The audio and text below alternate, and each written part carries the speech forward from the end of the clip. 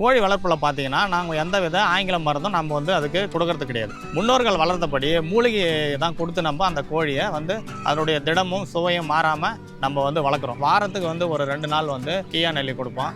வாரத்தில் ஒரு நாள் வந்து பொன்னாங்கண்ணி கொடுப்போம். 10 நாளைக்கு ஒரு டைம் வந்து நாங்கள் வந்து அந்த அகத்தி கொடுப்போம். 30 நாளைக்கு ஒரு முறை வந்து கறிவேப்பிலை கொடுப்போம். சளி பிடிக்குது அப்படின்னா வாரத்தில் ஒரு நாள் மட்டும் நாங்கள் வந்து துளசி கொடுப்போம். மூலிகைகளை பங்கிட்டு நம்ம கொடுக்கும்போது அதுக்கு எந்த வகையான நோய் வந்து வந்தது கிடையாது.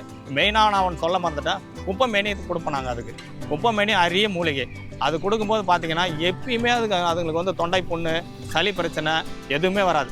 இந்த ஆங்கில மருந்து பயன்படுத்தலையான்னு சொன்னீங்கன்னா அதனுடைய குணமும் சுவையும் மாறிடும். நம்ம அதை பயன்படுத்துகிறோன்னா முன்னோர்கள் வந்து அப்படிலாம் நம்ம கோழியை வளர்க்கலை. அதனுடைய சுவை குணமே வேறு மாதிரி ஆச்சு.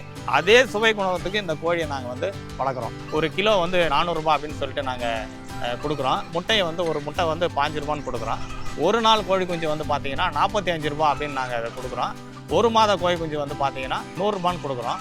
இது எனக்கு கிட்டத்தட்ட சராசரி மாத வருமானமே நான் கணக்கிட்டேன்னா கூட எனக்கு வந்து 80,000 1 லட்ச ரூபாய் வரைக்கும் கூடுதலான வருமானம் கிடைக்குது. தோராயமாக ஒரு 90 கோழி ஒரு 80 போட்டால் இருந்துச்சுன்னா நம்மக்கிட்ட வந்து கிட்டத்தட்ட வந்து மாத வருமானம் ஒரு 80,000 1 லட்ச ரூபாய் வரைக்கும் நம்ம இதில் வந்து எடுக்கலாம். கோழி வளர்ப்பு வந்து ஒரு ஏடிஎம் மாதிரின்னு நம்ம சொல்லலாம். இதை திடீர்னு காசு இல்லாமல் இருப்போம். திடீர்னு ஒருத்தர் வந்து ஒரு 10 முட்டைக்கு கொடுங்க அப்படின்னு கேட்பாரு. அன்றைக்கி பாக்கெட்டில் வந்து ஒரு 150 ரூபா வந்துடும்.